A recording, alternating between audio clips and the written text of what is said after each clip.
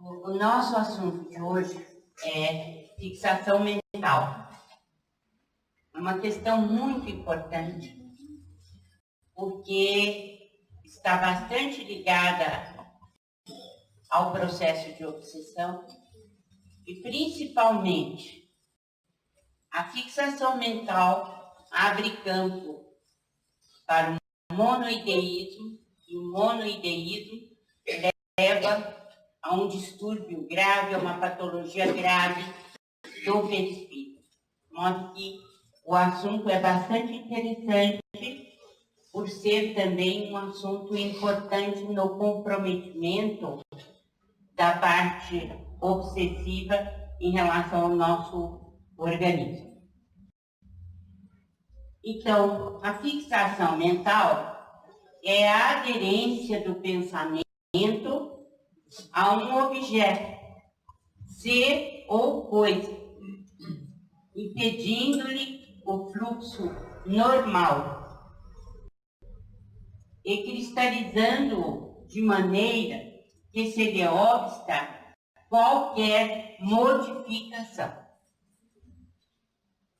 Então, nosso pensamento pode aderir a uma ideia, e essa ideia, por sua vez, está galvanizada, seria mais esse o termo, a um objeto que pode ser ou coisa, pode ser um ser, pode ser uma coisa, ao qual nós estejamos ligados, então, através do pensamento, de modo que o fluxo normal do pensamento sofre obstáculos, quer dizer, nós não temos uma mobilização normal do pensamento, e o fato é que a modificação desse estado não é fácil. Então, problema grave a fixação mental. E ela é insidiosa. Aparece e depois, para desaparecer, é um problema sério. Né? A dificuldade é grande. Bem, é inerente a todos os seres. Cada um de nós pode estar sujeito a isso, e nós compreendemos que todo bem é expansão, crescimento e harmonia. E todo mal é condensação, atraso e desequilíbrio. Esta é uma frase, aliás, o pensamento aqui trazido é de Dias da Cruz, através de Chico Xavier. É um pensamento profundo e procura explicar, então, a questão da fixação mental. Então, todo bem é expansão, crescimento e harmonia. E todo mal é condensação, atraso e desequilíbrio.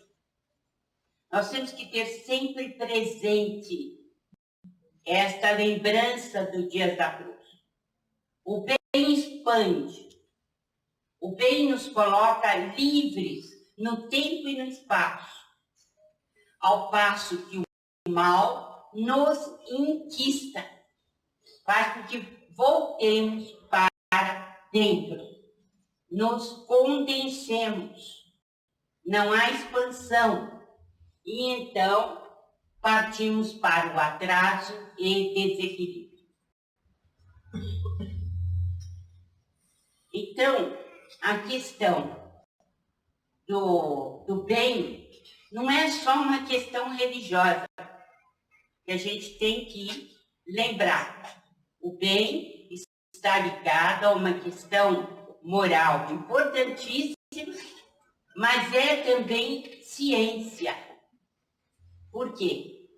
Porque o bem permite que o ser se expanda e ele produza para si e para os outros. Ao passo que o mal enquista, condensa, torna escura a nossa vida. E ele prossegue.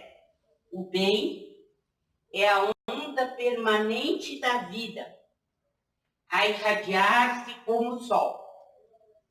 E o mal pode ser considerado como sendo a mesma onda a enovelar-se sobre si mesma, gerando a treva enquistada. Essas definições são importantes, como eu disse, para que a gente tenha certeza de que existe ciência por trás dessa definição.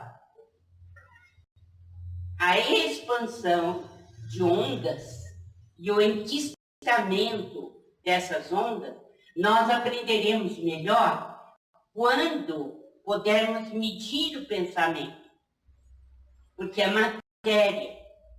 Então, nós vamos ver isso na prática. Uma pessoa agindo no bem e a outra agindo no mal, e qual a trajetória dessas partículas mentais e o que é que elas produzem em nós. Isso parece utopia agora, mas não será. Nós teremos aparelhos para medir a nossa expansão ou o nosso retraimento, a nossa liberdade de expressão e o nosso enquistamento. Tudo isso, com o tempo, nós vamos poder fazer. A treva enquistada é uma realidade. Como eu disse, por enquanto, ainda não mensurável, mas que nós teremos oportunidade de mensurar no futuro. Então, quais são as construções negativas da alma? Então, ódio e revolta, perversidade e delinquência, fanatismo e vingança. São atrasos da alma, enquistamento da alma, nas trevas.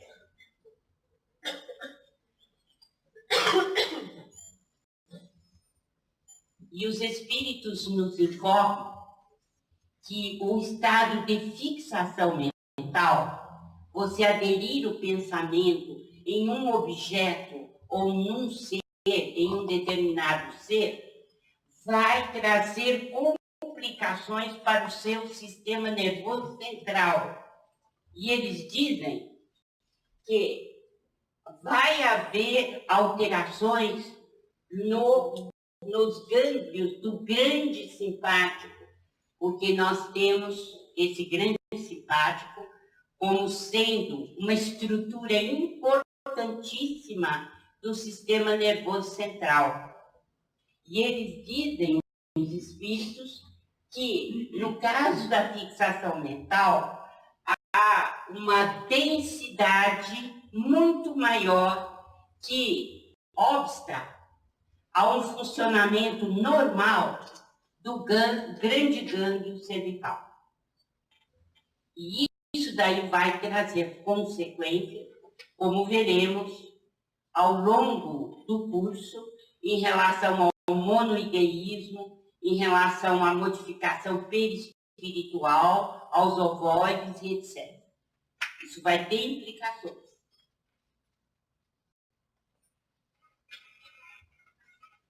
Então, a fixação mental leva à estagnação da vida vida mental no tempo. Há espíritos que ficam milênios em fixação mental. Não é uma patologia que a gente possa dizer que seja leve. Não. Ela traz consequências graves para o espírito. E muitas vezes nós ficamos retidos numa fixação mental por anos e anos, por séculos.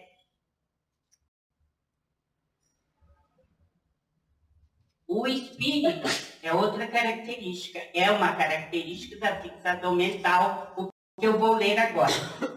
O espírito não se interessa por outro assunto, a não ser aquele que o empolga, que é a sua própria ociosidade, a sua própria dor. Vocês já viram pessoas assim? Aos montes, né? A dor que interessa é só a dela mesma, porque não há dor maior que a dela. Também não adianta fazer nada. Melhor é ficar na ociosidade, sem fazer nada. Porque, afinal de contas, você tem que contemplar a sua própria fixação. Você fica no emaranhado, na teia dos pensamentos que você cria. E, portanto, fica sem fazer nada. Porque você se compraz, infelizmente, em tecer a sua própria teia e nela se fixar. Porque não existe dor maior que a minha. Porque ninguém é capaz de trazer nenhum benefício para mim. Porque eu sou o dono ou a dona do universo. A fixação é isso. Infelizmente.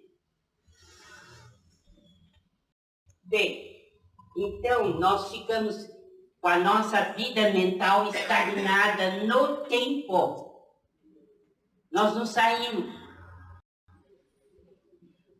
Muitos dos nossos irmãos que renascem e têm problemas na esfera das psicoses estão assim porque estão fixados. E a única maneira que eles têm de viver a própria fixação é na psicose produzida por eles. Né? Infelizmente.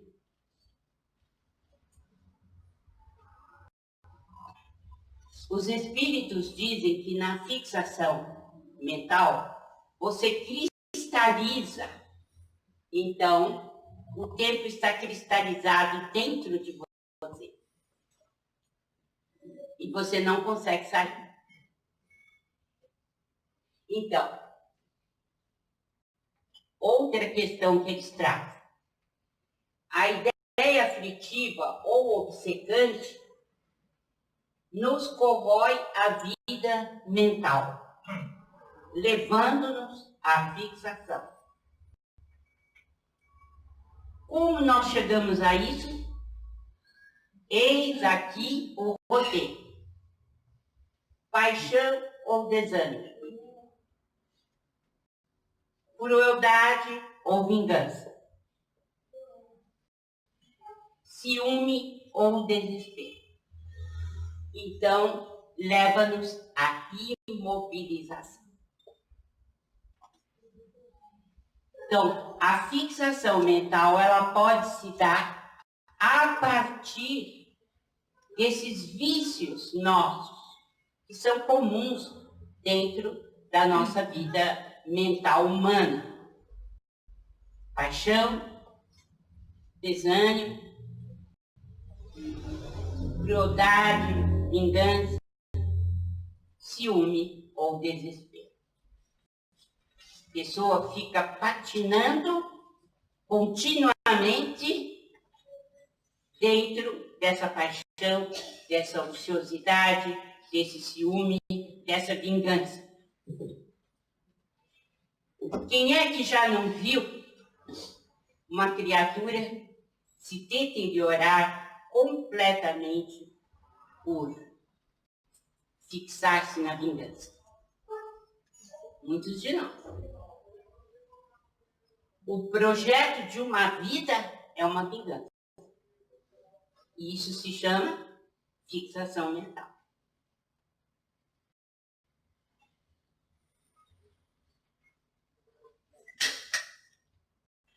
A reencarnação pura, ela é uma estação de cura. Às vezes, diz Emmanuel, para você se curar de um problema, você precisa ter várias estações de cura, não uma só. São várias encarnações para se libertar de um problema. E às vezes nós pensamos que uma encarnação é suficiente para nos libertarmos. Não é. Não é em muitos casos. Então, nós vemos aqui perturbações congênitas da mente são fixações que a antecederam na volta ao mundo. Então, muitas vezes, nós já renascemos perturbados. E essas perturbações, diz aqui embaixo, muito claramente, só as lutas na carne fazem a extroversão, a cura das psicoses. Então, as fixações mentais estão na base de muita psicose. Então, psicólogos, psiquiatras deveriam prestar mais atenção na fixação mental, porque essa fixação mental vem de vidas anteriores e, principalmente, ela foi acionada em maior grau no período entre vidas. Quando renascemos, já trazemos a psicose. Nem poderia ser diferente, porque a adesão contínua com patinação constante na fixação, é claro que vai levar a uma modificação da vida mental. E essa modificação é absolutamente patológica. Precisa ser consertada. E onde é que nós consertamos os erros? Só tem um lugar, a carne. É na luta terrena que nós consertamos os desastres. Mas, como eu disse, lembrando Emmanuel, podemos ter uma estação, 2 estações, 3 ou mais. Estações de cura para tratar de um problema para os outros. Então, nós vamos prestar bem atenção. Muitas vezes nós temos na família casos graves de psicose. Nós devemos levantar a mão para o céu. Por quê? É uma estação de cura. Por mais dolorosa que seja. Mas é preferível que o ser amado já esteja na Terra, tentando se recuperar, do que no período entre vidas, em que não há essa possibilidade. Nós podemos aprender muito no mundo espiritual, mas, infelizmente, o Novos Fora Zero é aqui. Aqui que nós retemperamos o nosso espírito.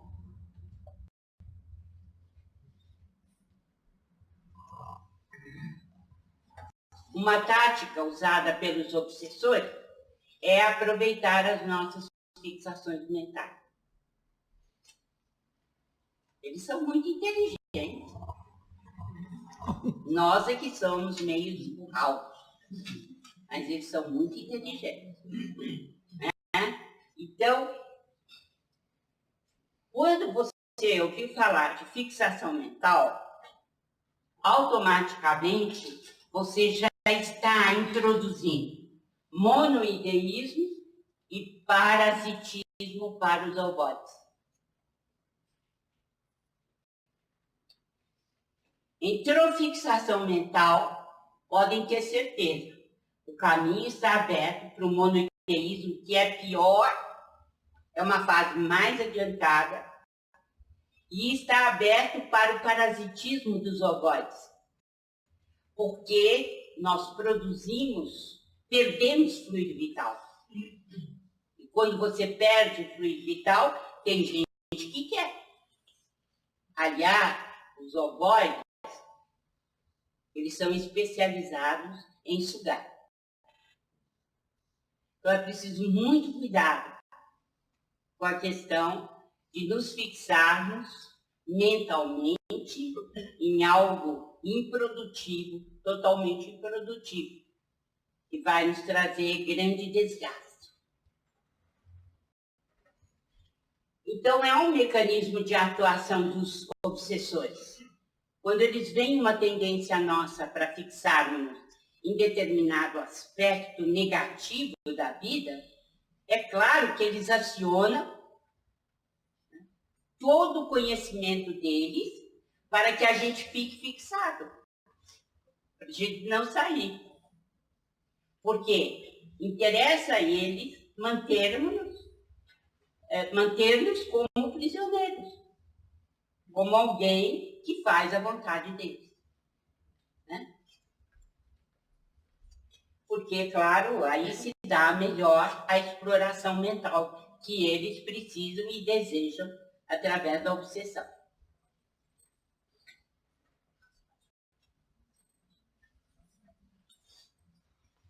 Um exemplo que eu cito no livro, no capítulo da fixação mental, é o caso de Antônio Olímpio e o filho Luiz. O Antônio Olímpio foi resgatado no mundo espiritual numa situação bastante difícil. O seu perispírito, no que tange a sua apresentação, estava disforme na face.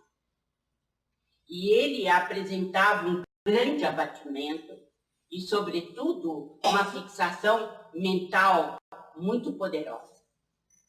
O que aconteceu com o Antônio Olímpio? Ele e mais 2 irmãos, Clarídio e Leonel, receberam uma herança.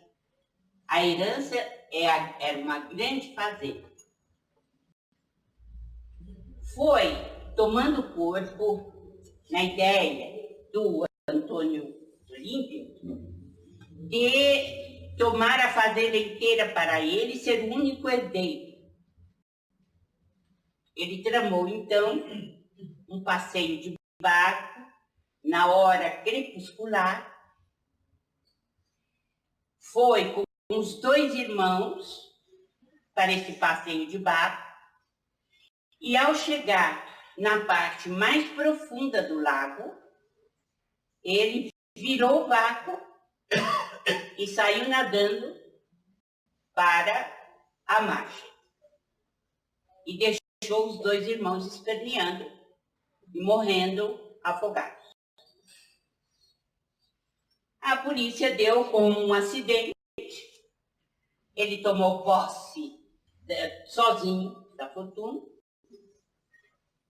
mas nunca conseguiu esquecer o quadro dantesco dos irmãos pedindo socorro no momento do afogamento.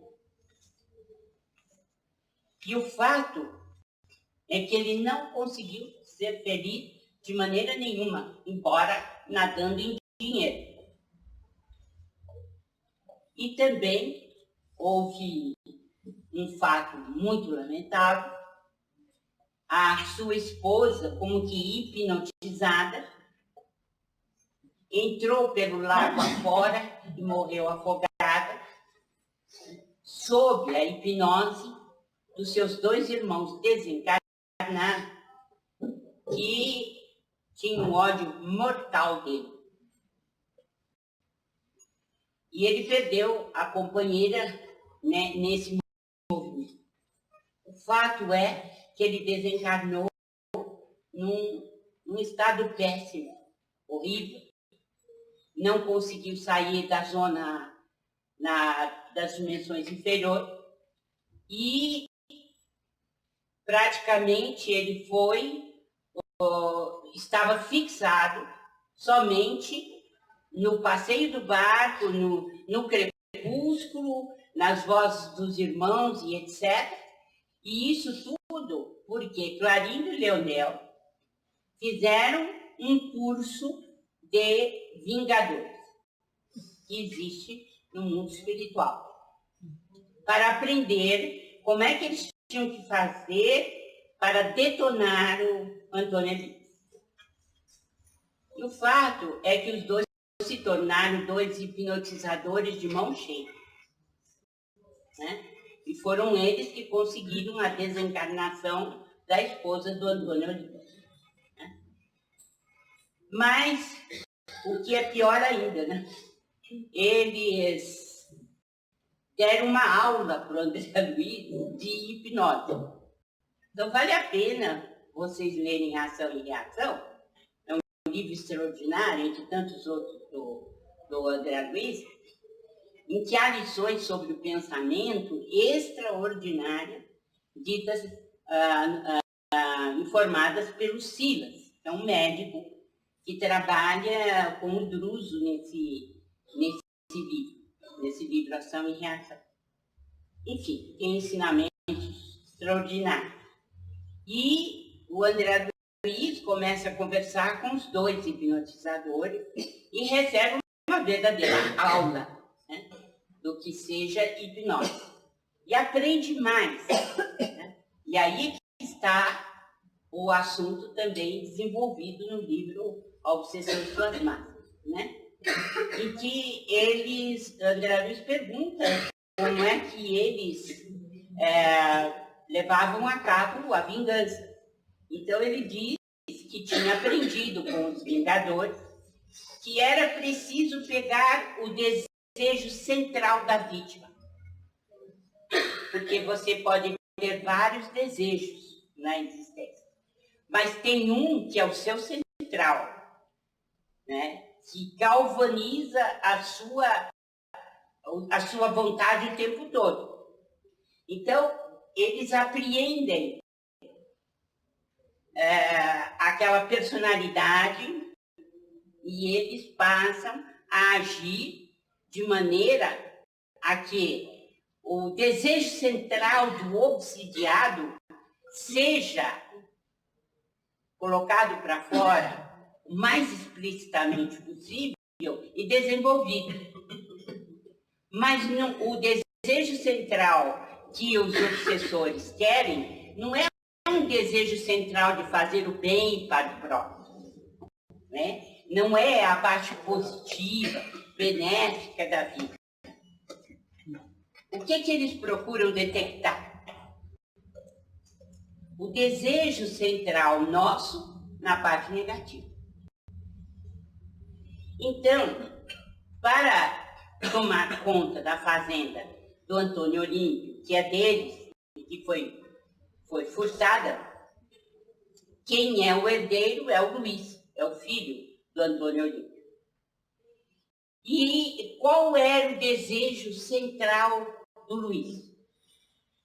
É a avareza. Ter cada vez mais e só se conformar quando tiver obtido tudo. E eles não fazem outra coisa senão dar o que ele quer. Por quê? De que maneira? Eles trouxeram para a fazenda onde mora o Luiz mais de uma dezena de avarentos, espíritos avarentos. E enquanto, para não perder tempo de ficar cevando, né? E estimulando a fixação mental do Luiz, eles trazem esses espíritos que têm o mesmo desejo central do Luiz. E eles são, então, colocados ali naquela fazenda, e o estímulo deles à questão do desejo básico, que é ao fato da posse a qualquer custo e o aumento dessa posse de qualquer maneira, então ele obtém o quê? O cérebro do Luiz fique girando em torno do seu desejo central. O desejo central dele é possuir cada vez mais bens materiais. E os avarentos o que fazem? Né? Fazem cada vez mais surgir na mente deles os desvarios, os delírios de posse. Vejam que interessante, né? Triste, mas é interessante de estudar. Porque a gente devia ter a companhia de pessoas que quisessem fazer o bem, né? Isso sim. Mas o que nós estamos vendo em maior quantidade aqui na Terra é o desejo central nosso, negativo, ser exacerbado pela presença de outros que pensam e vivem como nós. Então, é isso que se dá, e eles estão querendo que o Luiz ele perca tudo, né? Ele deixe de aproveitar a herança. Tudo isso redundante do ódio que ele sente pelo Antônio Olímpio.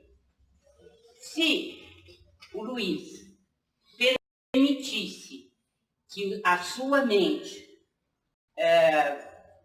se a sua mente albergasse a ideia da caridade, do amor ao próximo, seria a saída para o estado de fixação mental e para que esses espíritos que são avarentos deixassem de atuar ao seu bem.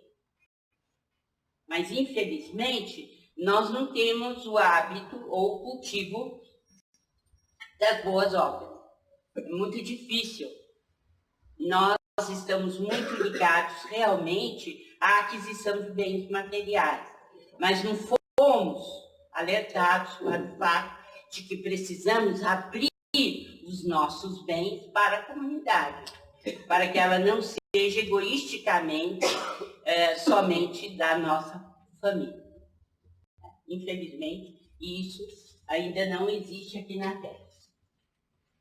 Veja o que diz o Antônio Olímpio de seus momentos entre vidas.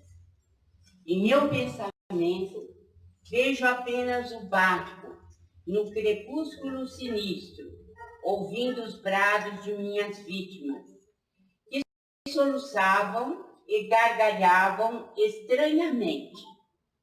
Ai de mim, estou preso à terrível embarcação, sem que me possa desvencilhar. Quem me fará dormir ou morrer? Então, esse é o estado dele quando ele foi encontrado no mundo espiritual e foi levado para receber assistência. Mas nós podemos ter ideia de quantos milhões de espíritos estão nessa situação? Por quê? Porque os erros fazem parte da nossa vida comum, infelizmente, em uma porcentagem muito maior do que os acertos. E a nossa fixação mental vem do fato de que nós precisamos cultivar o bem se quisermos sair da fixação mental. Nós podemos até ficar obsediados para fazer o bem, mas é uma grande coisa, né? Seria uma grande coisa, né? Mas a fixação mental negativa, ela leva à deterioração muito grave do perispírito, como veremos nas lições adiante, né? Então, na escola de Vingadores, o Clarindo Leonel diz assim: aprendemos na escola de Vingadores que todos possuímos, além dos desejos imediatistas comuns, em qualquer fase da vida, um desejo central, ou tema básico dos interesses mais íntimos.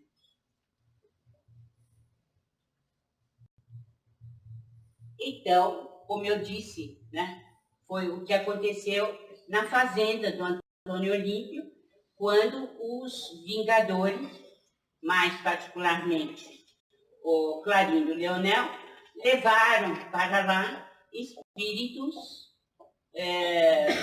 de avarentos para que mantivessem o desejo central do Luiz, que é um desejo central negativo e que o mantém na fixação mental.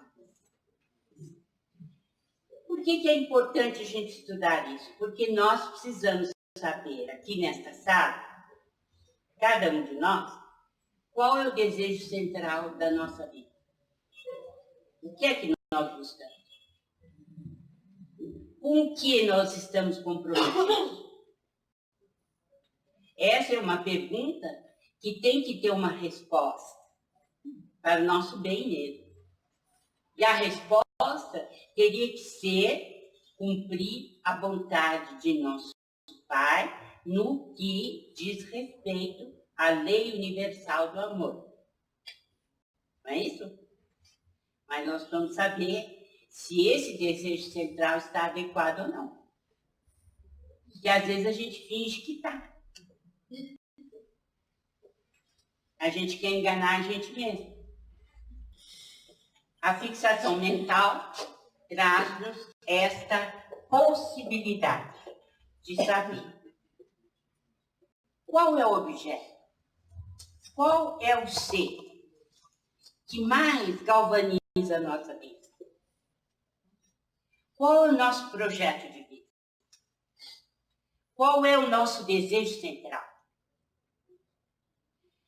Quando nós observamos uma pessoa que está muito voltada para dentro dela mesma,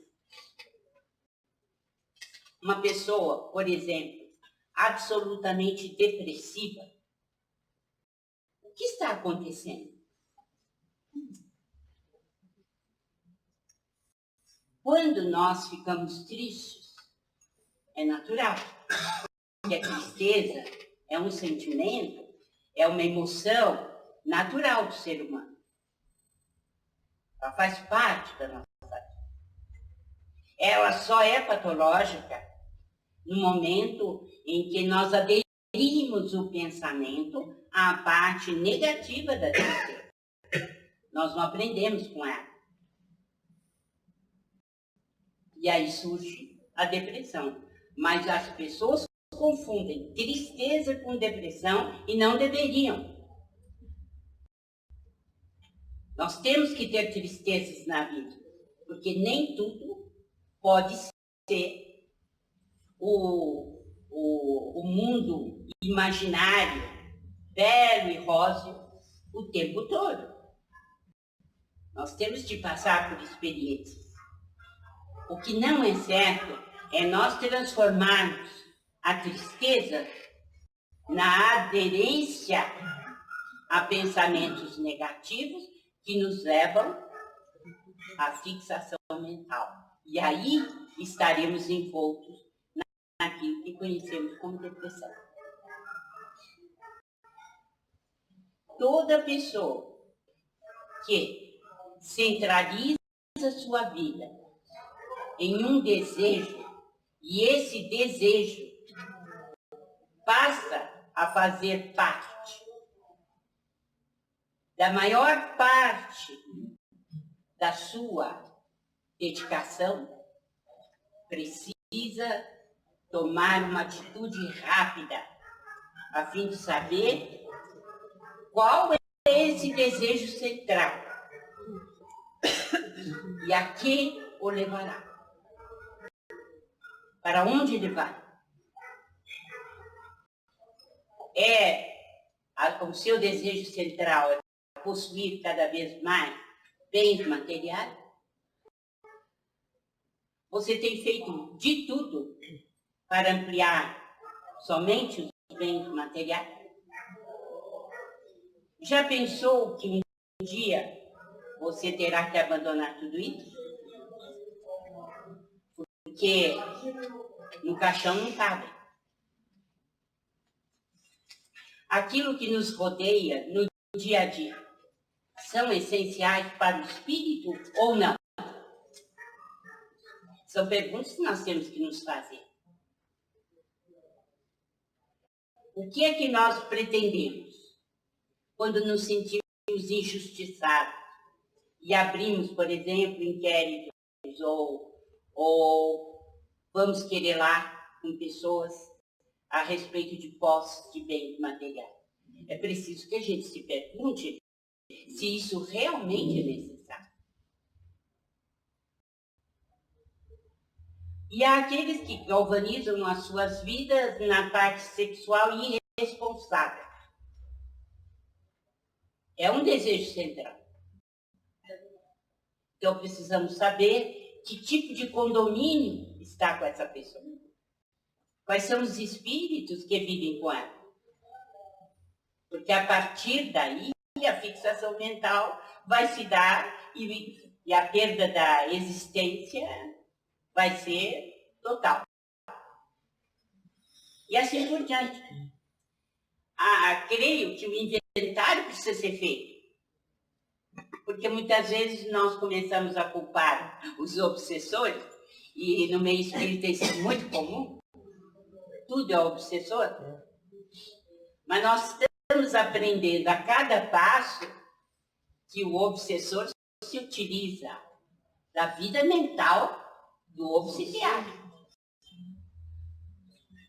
Então, deixar para o outro a responsabilidade é uma atitude muito infantil. Precisamos saber em que medida estamos dando brecha para que esse espírito faça parte do nosso condomínio. Porque pelos tipos de obsessão que nós já vimos, existem as associações para o mal. São aquelas dos grandes crimes que são planejados no mundo espiritual durante o sono. É uma obsessão porque é o conúbio de mentes desregradas, desequilibradas. Então, é uma associação indébita. A outra questão, o outro tipo, de associação em hábitos maléficos, em que nós abrimos brechas para as partes negativas que vão instalar doenças no nosso corpo físico. Muitas vezes não nos damos conta, mas o condomínio espiritual que está conosco, quer dizer, os espíritos que fazem parte conosco do mesmo condomínio, vão nos levar à morte prematura. E o outro tipo de obsessão é aquele da vingança. É o que é mais conhecido normalmente na sociedade. De um espírito que se vinga, obsediando o outro por ações maléficas do passado. Precisamos ver onde é que nós nos inscrevemos nessa questão toda. Qual é o seu desejo central? O que você espera da vida?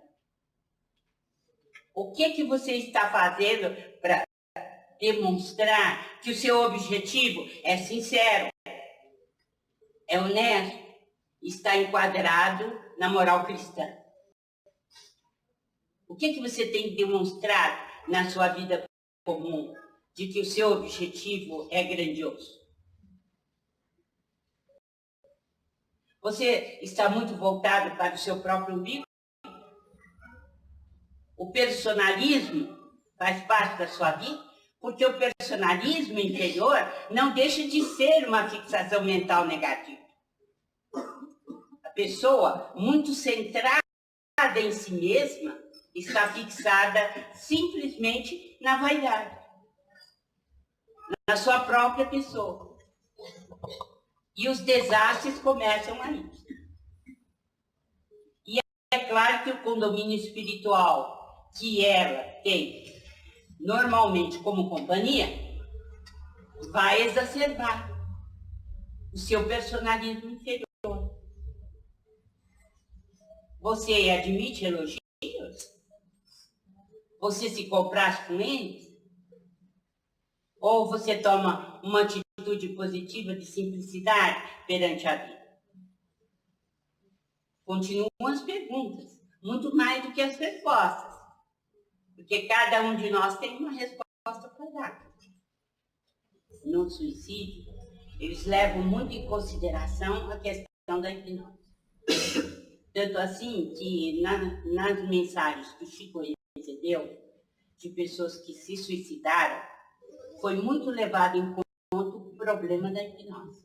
E por várias vezes, o espírito comunicante diz para sua mãe ou para seu pai o estado em que estava e que cedeu à influência do espírito.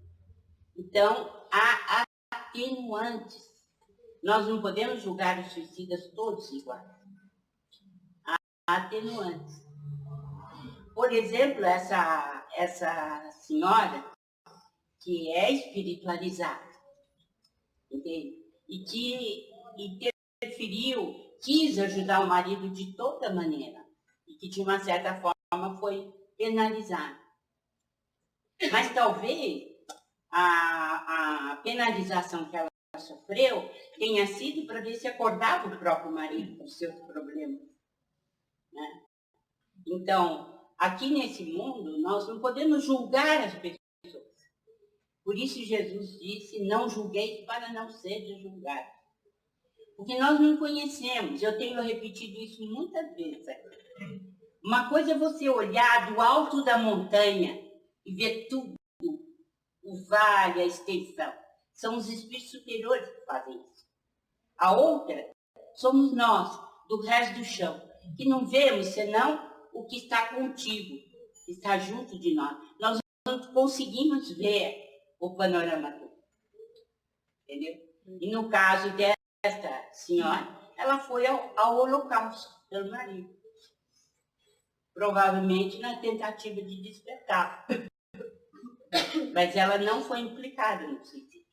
O passe, como o próprio Kardec já alertava em relação à arte de curar, e ele falou muito sobre isso em A Gênese e na Revista Espírita, o fato de você utilizar o passe, você está chegando em estruturas que você não tem condições de chegar através do remédio alopático ou homeopático. Então, há casos em que você precisa instituir uma terapêutica mista, em que é bem-vindo o tratamento alopático, até homeopático, mas também o passe, porque você atinge a estrutura perispiritual através do passe. Coisa que é mais difícil, por exemplo, para o remédio alopático. O homeopático não, tem já uma ação sobre o perispírito, mas não tão profunda quanto o passe, né? Então, se um conselho eu posso dar, é que se utilize as 3 artes de curar, né? E psicológica também.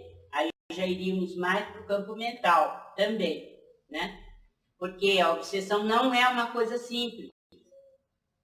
E a depressão muito menos. Os estados depressivos, às vezes, são tratados por autores espíritas, mas sem formação profissional, eles me desculpem o que eu vou falar, mas é o que eu penso, que eu acho, tratam pela rama, de uma maneira muito simples, a questão da depressão. Mas ela não é simples quanto parece, porque as ideias obsessivas, as ideias recorrentes de suicídio são muito comuns na depressão. Então, eu não creio que os espíritas façam um grande trabalho dizendo que o passe cura a depressão. É um engano. Nós não podemos oferecer charlatanismo para o público. Nós temos que dizer que o passe deve ser considerado como terapêutica complementar espírita. Isso sim. Né? Mas estar sempre alerta, porque há uma tendência suicida grave no depressivo. E não pode ser tratado dessa maneira, simplificando tudo, porque não é simples, né? Pois é, falam tanto do transtorno bipolar e a mediunidade, etc. Nós estamos vendo aqui que a questão da fixação mental, que se manifesta no período entre vidas, né? Quando nós renascemos, nós jogamos para o corpo isso. Né? E o transtorno bipolar é visto como um transtorno mental. E esse transtorno mental pode estar ligado, sim, né, a fixações mentais do passado. Então, também não creio que seja uma atitude correta o movimento espírita tratar de uma maneira muito leve essa questão. Nós temos que levar o paciente ao psiquiatra, ele tem que ser tratado também do ponto de vista psicológico e da terapêutica complementar espírita. Mas a análise, se ele deve ou não participar de uma mesa mediúnica, precisa ser muito bem avaliada. Não é essa facilidade, não, porque estamos diante de uma psicose, de um transtorno mental. A vingança, ela nasce do ódio que a gente planta. Ninguém é inocente. O fato de a vida deles ter sido exterminada pelo Antônio Olímpio, e eles eram todos crianças, jovens, uma vida toda ceifada, 2 vidas ceifadas. Então, é muito grave o plantio do ódio. Nós não sabemos aonde nos levarão. Então, a questão que foi aberta aí no caso, né, do ódio, eles têm, por assim dizer, né, como liberdade, cobranças que dizem respeito à vida que eles não tiveram, que foram ceifadas. Ora, eu volto a lembrar a ideia que eu dei para a Aurinha. Uma coisa é você olhar de cima do monte e ver, vem cá. A outra é o nosso julgamento aqui embaixo. Se eles puderam entrar na intimidade daquela fazenda, se eles puderam entrar para exigir o que eles não tiveram, isso faz parte da lei que eu desconheço. Então, eu não sei julgar. Mas se eles tiveram condições de entrar, permissão de entrar, é porque o conjunto da seiva do ódio levou a isso. Uma coisa é renascer para você tomar conta de determinados bens materiais e ter uma vida inteira pela frente. A outra coisa é você ser ceifado completamente com ódio. É outra coisa. Agora, até que ponto isso irá, como é que vai se desenvolver, eu não sei. Porque isso depende de uma estrutura de julgamento espiritual a qual eu não tenho acesso. Não sei. Mas se isso aconteceu, e acontece há muitos milênios aqui na Terra, é porque o compromisso entre os espíritos é muito mais grave do que nós pensamos. Não adianta ir fazendo o erro e cometendo assassinatos sem consequência. Elas existem. Então, a seiva do ódio, eu não sei a quanto ela se estende, mas ela é vasta, é grande, e quem faz o mal tem que esperar a colheita, porque não é fácil. Podemos sofrer através de animais, podemos sofrer através de filhos, de parentes, podemos sofrer de inúmeras maneiras, né? O ódio que se planta é uma dificuldade. Uma vez você detonado o processo, você não segura mais. Você não sabe as consequências.